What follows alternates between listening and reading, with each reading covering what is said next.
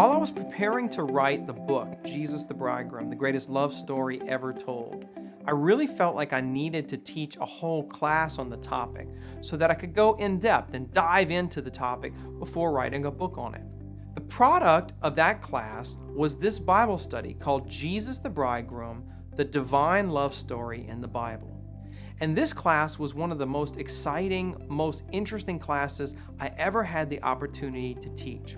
Because what we did was, we started with the book of Genesis and we went all the way through to the book of Revelation, and we pulled out every single passage we could find in the Old and New Testaments that had anything to do with God as the divine bridegroom and Israel as his bride.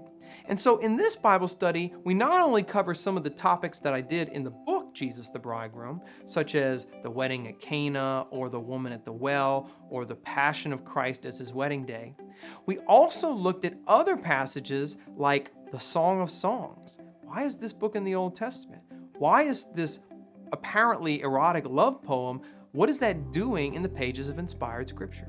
We also look at the stories of Adam and Eve in great detail, looking at how they were the first bridegroom and the first bride, setting the stage for all of salvation history as a great divine love story that would wrap up only at the end of time, in the wedding of Christ and the church. We also got to look at one of my favorite books in the Old Testament, the book of Tobit, and the story of Tobias and Sarah.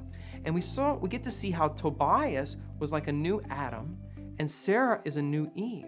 And their wedding day, which involves a demon and all kinds of strange things, is a prefiguration of Christ, the new Adam, and his wedding to the church, the new Eve, his bride. And many, many other passages in the Bible and the writings of the church fathers.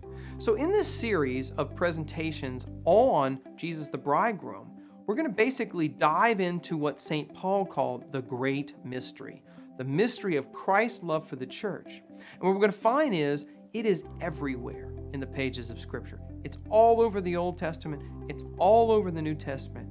And that you really can't understand the mystery of Christianity until you understand the mystery of Jesus as bridegroom. As a special extra in this particular series, we get to look carefully at the implications of Jesus' identity as bridegroom for the sacraments and also the states of life. So what does it mean to say that Christ is the bridegroom if you're a nun or a consecrated virgin? What does it mean if you're a celibate priest? If marriage is so good, why does God call some people to celibacy? And how is that bound up in the mystery of Jesus' identity as the divine bridegroom? All of these topics and much, much more we cover in this class, and I'll never forget the experience of teaching it at the seminary. Many of the classes, we felt like we were discovering all of these mysteries for the first time together. You could hear a pin drop at session after session as we unveiled the beauty and the splendor of what Paul called the great mystery, Christ the bridegroom and his love